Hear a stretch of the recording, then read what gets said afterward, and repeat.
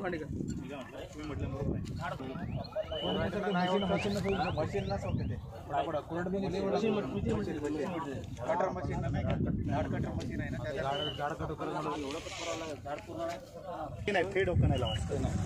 खूप वेगळं झालं तुझं. आता तोच ना कापासाठी मशीनला करंट पाहिजे ना.